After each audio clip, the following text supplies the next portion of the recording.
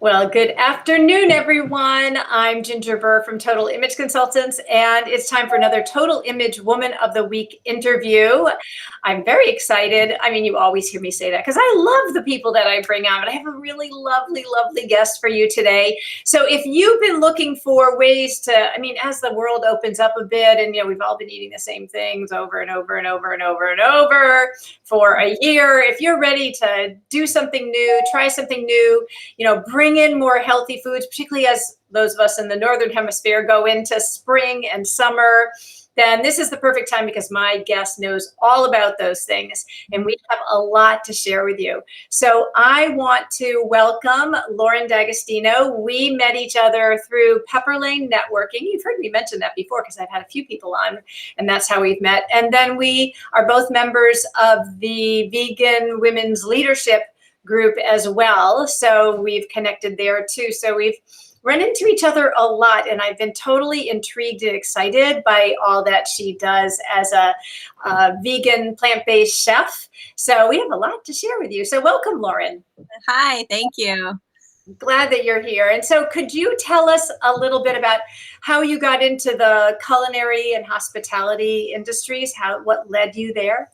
Yeah, so I always have loved to cook, loved food from a young age. I would watch the Food Network every day after school with my big bowl of ice cream and I loved reading cookbooks cover to cover, just really like soaking up what they were teaching essentially. And I wasn't actually cooking, but I would envision in my mind and on my palate what the food would taste like. And so just that kind of paved the way, or really, I guess, early on planted a seed for what would later grow to be what I'm up to now, but we'll just kind of stay in the beginning for right now. So fast forward to high school to college transition, I wasn't totally confident that I wanted to be a chef or to pursue that focus in my career. So I went out to UMass Amherst, got a business management degree, worked in retail management for a couple of years after that. I knew I didn't want cubicle life.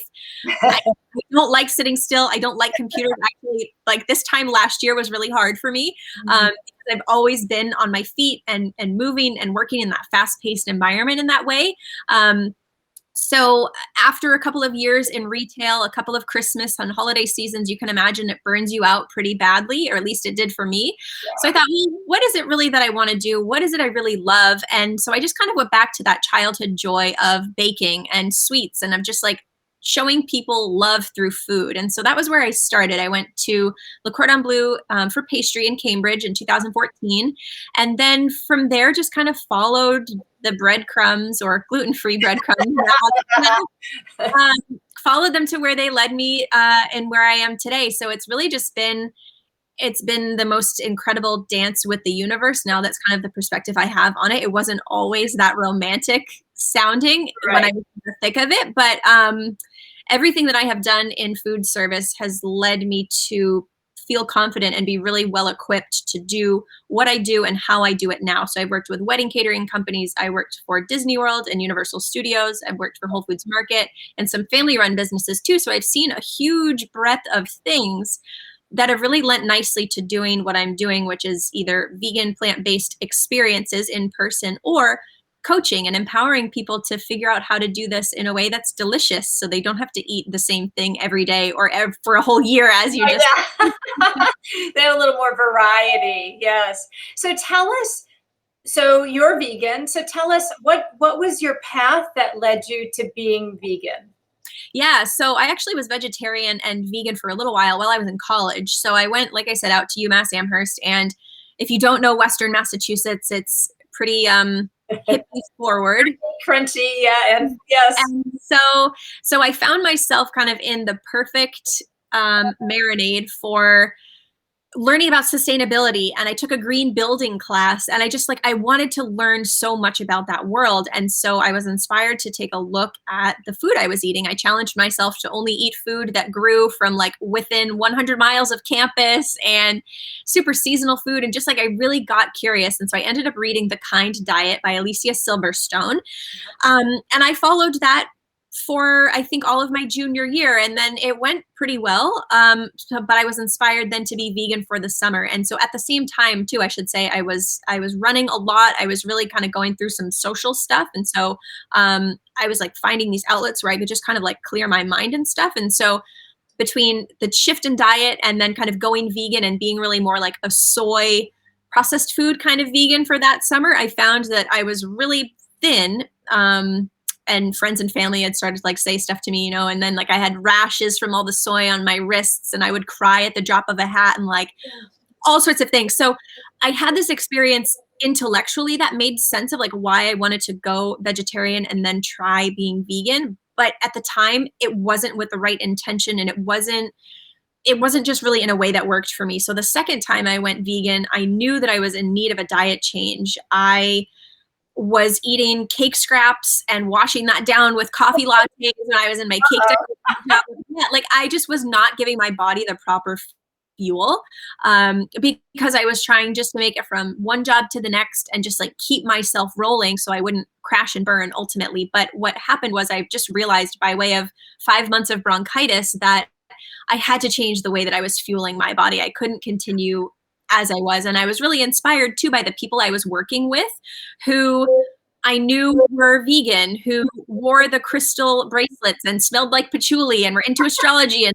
they told me they meditated, or like I'd ask a question or for advice, they say, meditate on it. I'm like, meditate on it. What does that mean? And so I just found like I was a magnet to them. I had to know everything about what they were doing. And that again, like that just further kind of like fertilized those seeds, I guess, to stay on the plant-based metaphor, like really helped to encourage me to start to shift things in my own practice. And so that's really where I transitioned from pastries to plants because of necessity, really. And I was really intentional in that process because I had been vegetarian and vegan before. I wanted this time to be able to go there to this plant-based destination and be able to stay there, to unpack my bags and live there, I think, for forever. My body might change. I don't know. But that's the intention for right now is that this is a lifelong commitment. And so in doing that, I was able to fall in love with the way that I was cooking my food, with a way that worked for me, that didn't lean so heavily on recipes, that I really learned how to put all this amazing natural plant-based food together in a delicious and fun and flavorful, colorful, exciting way. Because there's not really much that needs to be done with plant-based food. Right. It's all really flavorful and colorful and texturally different, and it's just fantastic. So and nutritious. Nutritious. Yeah. Right. What more could you need? So that was kind of my own personal kind of evolution, and then continued on working with some other various companies and things, and finally a couple of years ago stepped out into doing something on my own. And even at first then I didn't really know how I wanted to be a chef or an educator. Really, that's kind of the role that I'm really kind of settling into now, is sharing this food philosophy and inspiration with other people so that they're excited or at least intrigued to maybe think about making a change and what that might look, taste, and feel like. Yeah. So before we get into a little bit about the different things that you do, and maybe even talking a little bit about some of the food, show us and tell us a little bit about your book. Yeah, cool. So this is my cookbook, Plant-Based. Can you see it there? Yes, perfect. Plant-based, vegan, and gluten-free cooking with essential oils. And I mentioned the essential oils already, but when I was learning about plant-based food, I knew that I wanted plant-based medicine or kind of proactive self-care to be part of my life, but I wasn't sure at the time really how that would come into play. Like I wasn't really worried about adding all of the things all at one time. I was realistic with making small and simple changes and then not making any more until I felt like the ones that I had just added to the plate were kind of like already mixed in, you know, and like part of the thing. So when I learned about essential oils, I was like totally sold on the company that I partner with all of what they can do for our bodies and you know, help the people who harvest them and all of that. But once I learned that you could cook with particular essential oils that are of the right quality, that totally opened up something new and exciting for me. But when I went to research what those recipes could be to kind of start to get some inspiration, I view recipes more as suggestions and inspiration, not as hard and fast rules. So when I went to look for, you know, any kind of guidance, I couldn't really find anything that fit my lifestyle and the foods that I had really grown to love. And, I was familiar with lemongrass and ginger, and like, of course, some of those kind of obscure flavors that you might find, ingredients that are a bit more cumbersome for the average home chef to work with. But then I also learned so much more about these different spice essential oils, and just, I mean, that basil essential oil is a bit more floral than actual basil leaves. So the search on the internet just kind of left me with my hands in the air saying like, okay, well, I guess if I want a book, I'm going to have to write it myself. And so that's kind of what happened. And it's been really fun to share with people. It's very, very photo forward. I think cookbooks should be both useful and inspirational. And so when a cookbook doesn't have photos in it, that's nearly a deal breaker for me. I probably won't buy it.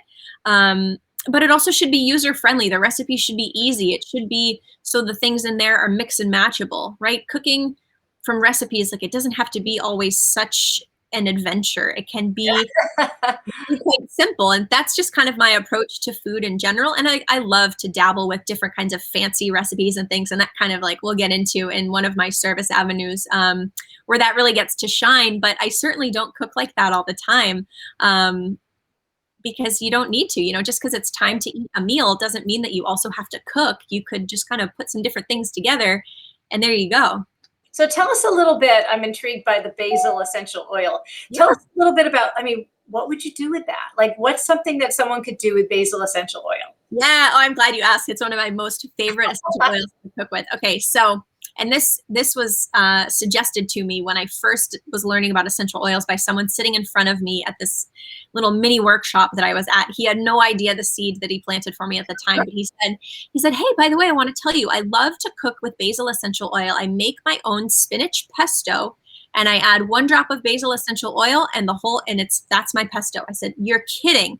Because how much basil does it take to make pesto? Yes. Like bags and bags, and then it's so expensive, but you can actually just use baby spinach. You could use baby kale for that matter. You could use, any green, really. I've made carrot top pesto before with essential oil. Yes. So no part of the plant needs to go to waste. And you could use basil essential oil. I've had friends make cilantro pesto, oregano pesto, rosemary pesto, like whatever. You can use these really pure, potent essential oils to add so much variety and flavor to your food, but also you're getting the health benefit of that distilled plant essence when you bring that in. That basil essential oil that you can eat, because I'm sure there are some essential oils you should not be ingesting. Yes, exactly. Yeah. So the thing to know here is that most essential oils that you can find at any big box retailer or natural food store, most of them are not going to be of the quality that you can put into your body that is advised. So that's kind of why, as a general rule, essential oils are not suggested to take internally, because there's so much that's synthetic or that's been adulterated in some way. So kind of a blanket statement. And again, it's not regulated by the FDA. So they kind of like have to have that precaution. And we're seeing a lot of that with other natural wellness products too, right? So I personally get my essential oils from a company called doTERRA.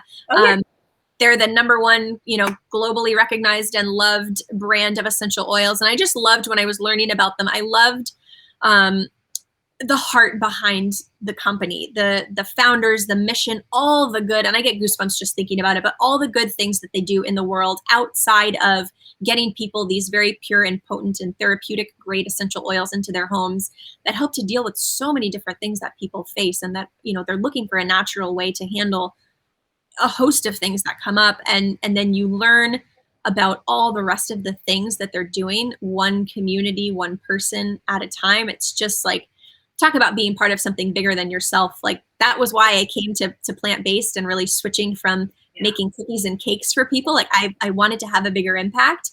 And so to partner with a company like that, that is part of that impact too, is really cool. So obviously people could get in touch with you and say, I want to buy a basil essential oil, and you could help them, and they could then be assured that it is food grade and they could actually eat it and be yes. Okay. Yes, exactly. That is cool to know. Okay. So everybody mark that down for sure.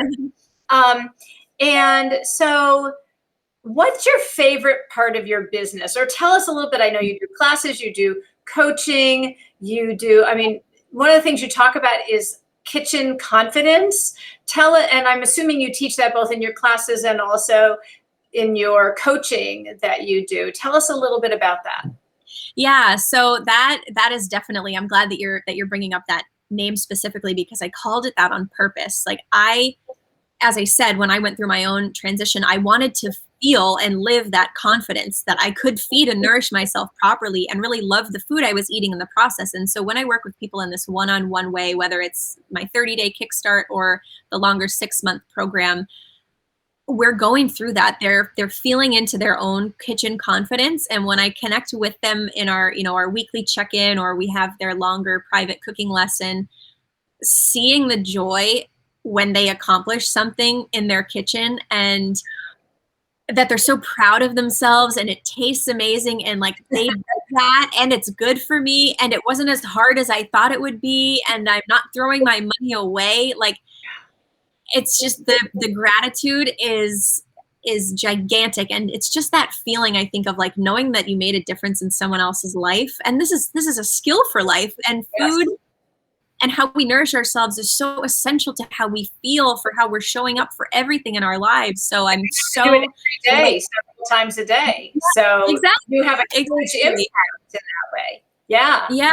Yeah. So that's probably the very best thing about what I do on that side of things. And then I think on the experiences, when people are able to sit at my table, just seeing how they respond to the food, right? I mean, as a fellow vegan, we really love, I think a lot of vegans really love the food. Like, we find things that really resonate. And sometimes you're like, well, I don't understand. How do people not like mushrooms, or, like whatever the thing is. And so to have people at the table who are maybe a bit skeptical, but otherwise come to the table with an open mind and an empty belly, to share this experience with them and just invite them into the conversation of what this might look like in their lives. Maybe they don't have to go or want to go fully vegan, and that's okay.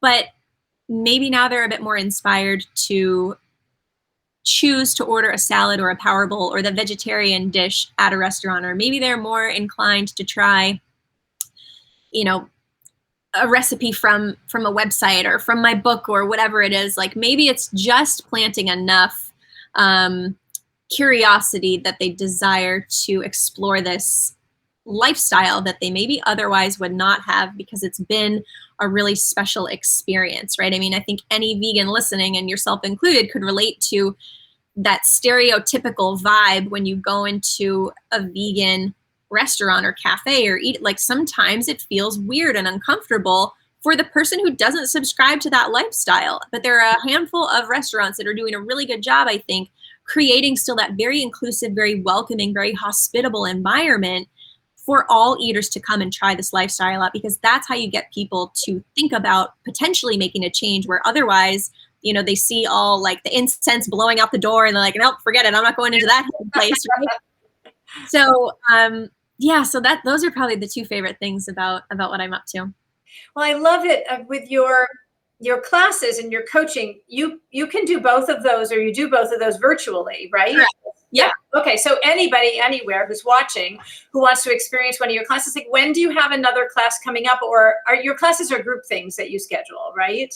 Yeah, so I stopped actually doing what I'll refer to as public classes. I stopped doing those just because I found it was a real drain on the energy that I was wanting to direct in other places. But what people can do is book me for a private lesson for up to 2 people. And then if they want to make it a group thing, totally fine. But it's kind of more on the person who wants to work with me to schedule it and figure out the menu. And then they corral their crew of friends or their family who's all inspired to make a healthy change. Or maybe it's another wellness professional and they have a community that would love to get together in this fun and different way. So it's just like switched a smidge. But it's still all fun for those involved and a whole lot easier for me. Yeah, you don't have to do all the promotion and the marketing and all that. So, and people love to be able to share food with friends. So yeah. Family. So it's a great way to be able to do that. And then you do have, which I think is totally cool, you have your in-person dining. So you will cater a meal for a small group. If someone wants to like have a little dinner party on their back deck or whatever, now that we're going into the nicer weather, what a lovely thing to do. And give us some ideas. I know that everybody's different, but what are some of your favorite meals to prepare or dishes to prepare for something like that, that maybe people go, oh, wow, I didn't know that could taste so good? Or give us an idea of a couple of things. Yeah, so I always start the dinner party with a plant-based cheese board or a cheese plate, individual for each person. And I do that because that is the wow. I have one chance to blow them away, and it's with plant-based cheese. So so that's what I begin with, and it changes. There's different kind of themes with the boards for each season. So there's a spring kind of board with some traditional spring kind of veg, and maybe some lemon or black pepper or different kinds of like notes like that. And then I'll just kind of transition through the summer and into the fall. But that's the first. And then the second course is a salad or a soup, depending on the season. My favorite salad right now is either the Green Goddess salad, which is just all beautiful shades of green and a cucumber ribbon around the lettuce. And then just like some really cool kind of like ice water crisped fennel, which kind of like, if you've ever spun fennel, yeah, just like it really opens up and gets kind of 3D. It's really beautiful. And then I also do a spicy tuna tartare with Roma tomatoes, actually. So that's on a bed of avocado and edamame, and then with a couple other components. It's not actually tuna. Nope, it's tomato. It's tomato. Yep. Yeah, I love it. I know I should call it maybe spicy tuna or spicy tomato. Yeah, right, yeah. Tomato. Yeah. So that's one that always goes over well. And then for entrees, I really love the idea of having a meal that anyone would enjoy. So, people think, oh, well, what do you serve at your dinner parties? Tofu or tempeh or like, it's like, no, I like tofu and tempeh, but yeah. Right. Oh, totally. Yeah, right. But I think it's really cool to prepare plants in a way that honors the integrity of what it is, right? Like I'm not trying to make food into something it's not. Right.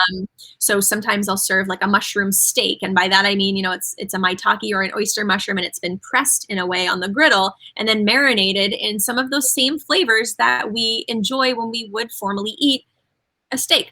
Other things I'll do maybe is like kind of some different ethnic type of things. So one that was popular was a Moroccan chickpea quinoa cake that was served on a roasted red pepper curry with some garlic sauteed kale, cumin, toasted naan chip, and a couple other components on there too. But it's just I have a lot of fun with color, texture, and different kinds of flavor and height, and just I'm thinking about all of that when I'm thinking about what the menu will come together as. And I have just, some different seasonal kinds of selections that people have the opportunity to pick from, or we can customize for whatever occasion they might be celebrating.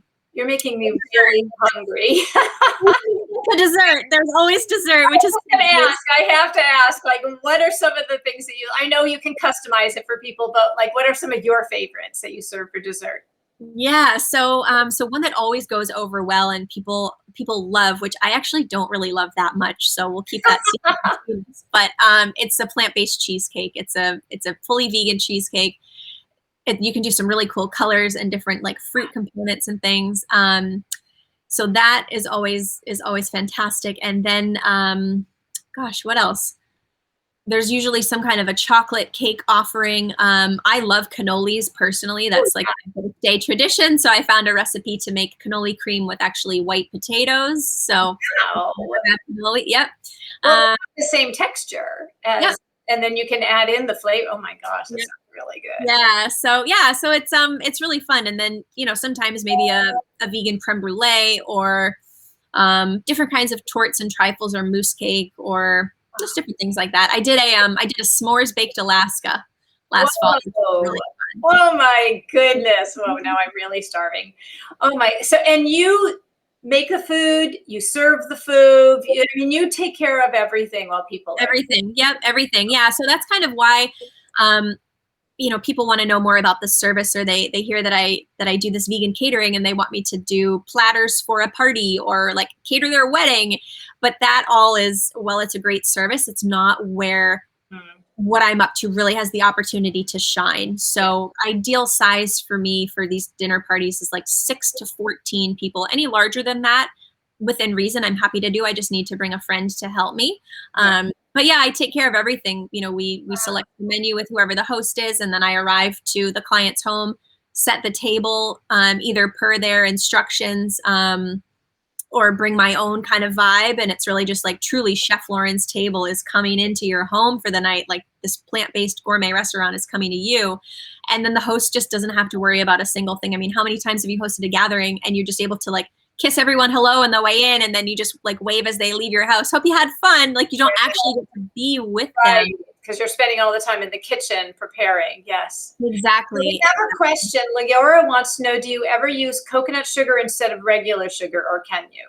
Yeah, absolutely. Absolutely. So it doesn't always perform the same. I mean, it depends on what it is you're doing. It's definitely not as sweet, which is great. So if you're trying to wean off of sugar, which I suggest everyone does, it can be a great option to help get you into what hopefully is a very reduced sugar life. Like I said, went through pastry school. Like I had all of my teeth were sweet teeth to make the word sweet tooth.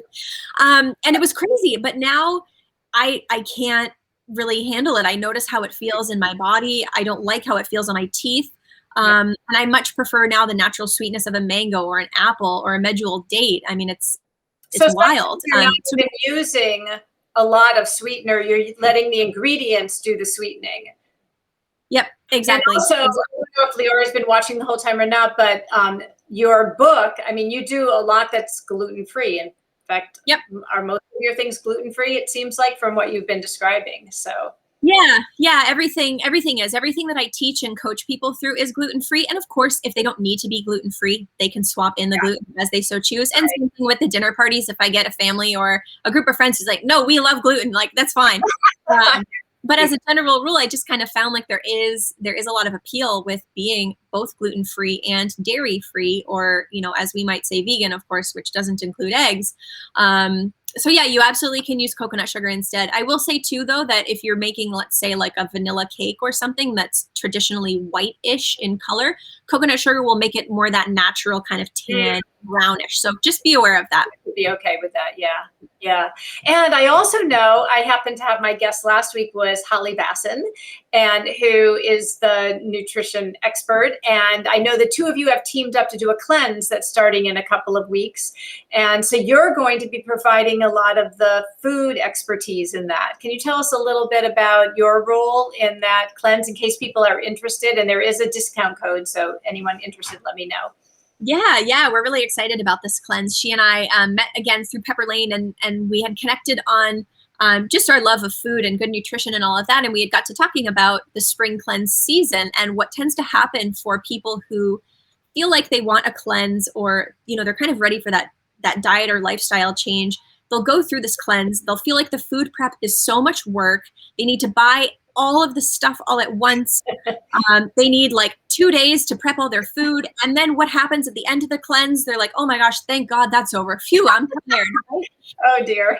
And it does not have to be that way. So I'm part of the cleanse to share my hacks and my tricks and tips in the kitchen when you're thinking about your batch prepping and your batch cooking, even just the shopping of everything, right? And just starting to soften into the idea of stocking your house, your kitchen and pantry with all the right ingredients, so that at any time you have access to a really wholesome, nourishing, healthy, and flavorful meal that will take you no time at all. And then similarly on the transition, how can people continue on with what they've been inspired to do, but in a way that maybe, you know, they've gone through that initial kind of intensive cleanse reset, and then maybe they're adding in some of those foods per Holly's guidance to just kind of see what works and what doesn't. Right. But then also being like having the opportunity to be really realistic with where they're at and then where they want to go, and then having those transition tools or bridge foods to help get them there in a way that they can sustain. so that it's not just like 3 months later and, oh my gosh, I was on a cleanse, but you'd never know because, Right. you know. So you and Holly will actually make this all very manageable and have a process and support in the Exactly. food and the nutrition, but all of it together. So Yeah. it sounds very cool. Yeah, if anybody is interested in the cleanse, is it the 26th or something like that that it's starting? Yep, towards the end of the month. Yeah. And I know there's a special 20% discount happening between now and the 16th. So next week. So anybody interested, let me know. I'll make sure, or check out the recording I did with Holly last week on my Facebook page, and you will see the discount code there, but I'm happy to help you with that. But what a great team the two of you will make, because I loved talking with her last week too. And then both of you have been incredibly inspirational. Oh, good. So Lauren, tell me what's coming up next for you? Like, what is there something different that you're doing, something that you're offering that we haven't already talked about? Like, what's next? Yeah, so this spring and summer season, I'm really excited to bring more of these dinner experiences to people. So I had so much fun last summer and then into fall doing these dinners, and I really kind of was like getting into the groove. And then the winter season, right? And it just like everyone has to stay home and everyone in the middle of COVID too, so no one was seeing anybody. So yeah. So I'm really excited to do more of that. I think the clients who I've worked with last year were fantastic, and everyone agreed that this kind of experience is really special because we've not only in the last year missed out on those opportunities that we used to maybe take for granted, that we would go out to eat or go out and meet this person, that person for lunch. Yeah. But the energy around this is different. Most people, unless I prompt them, which this was the interesting thing for me to notice at some of the dinner parties I hosted with my friend, they wouldn't bring their phone to the table unless you said, oh, you might want to have your phone so you can take pictures and exchange phone numbers if they were meeting people that they didn't meet before. Whereas before, and I used to notice this as a server, every person at the table had their cell phone next to their fork. Oh, yikes. Wow. Which just is not what you're there for. You're there to be with the people who you're gathering with. And so that's, I think people are really coming back around to appreciating that, especially when it's something as intimate and special as what I prepare and bring to people's homes.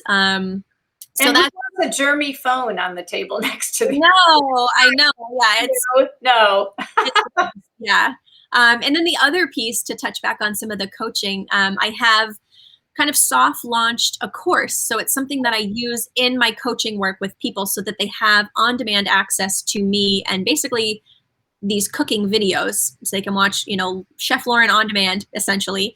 And then they get real-time access, of course, and they're in a coaching program. But for the person who doesn't necessarily need that hand-holding or accountability and self-paced, if they haven't burnt themselves out on online courses yet, that exists. So I'm really excited to put some more energy into, on the business end, kind of the back end sort of thing of, more consistent blogging and just like getting more of these free resources and just this consistency too with kind of what I'm sharing, what I'm up to with the food, and that this course exists for people's benefit so that they can become empowered and confident in their daily preparation of their plant-based meals. And have something yummy to eat. So yeah, you have to eat.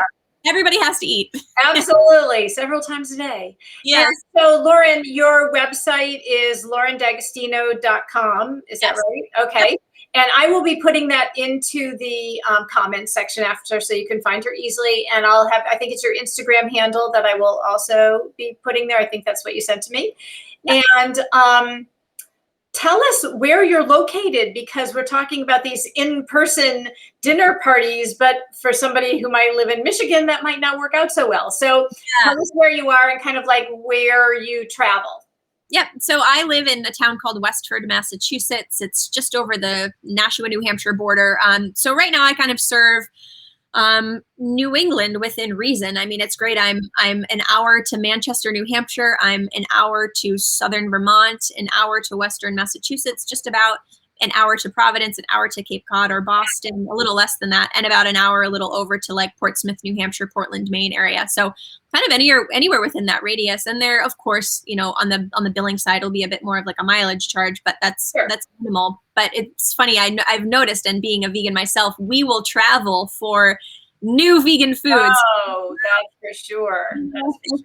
If I'm kind of in this unique business, I think I ought to return the karmic favor of being able to travel to people. So yeah. Wow. Awesome. Oh my goodness. It's so fun talking with you. We could spend days here talking about all of this and sharing all your wonderful opportunities that you have. And hold your book up again so everybody can see your book, because it's so cool. I might have to get this book. I didn't know about it before I met you. So absolutely, it's so beautiful. And I'm very now into that whole idea of basil essential oil for cooking. I have to know more about this. So yeah. So Lauren, thank you so much for being my guest today and for sharing your wonderful expertise with everybody. Yeah, you're welcome. It was my pleasure. So much fun. Thank you. And everyone watching, I hope you've enjoyed it, had a good time. Follow up with Lauren. She's lovely. As you can see, get on her mailing list. You'll learn all kinds of really cool things. And I hope you have a lovely, relaxing, healthy, happy, it's going to be fairly warm around here, weekend. And that I will see you again for another Total Image Woman of the Week. So have a great weekend, everybody. Bye.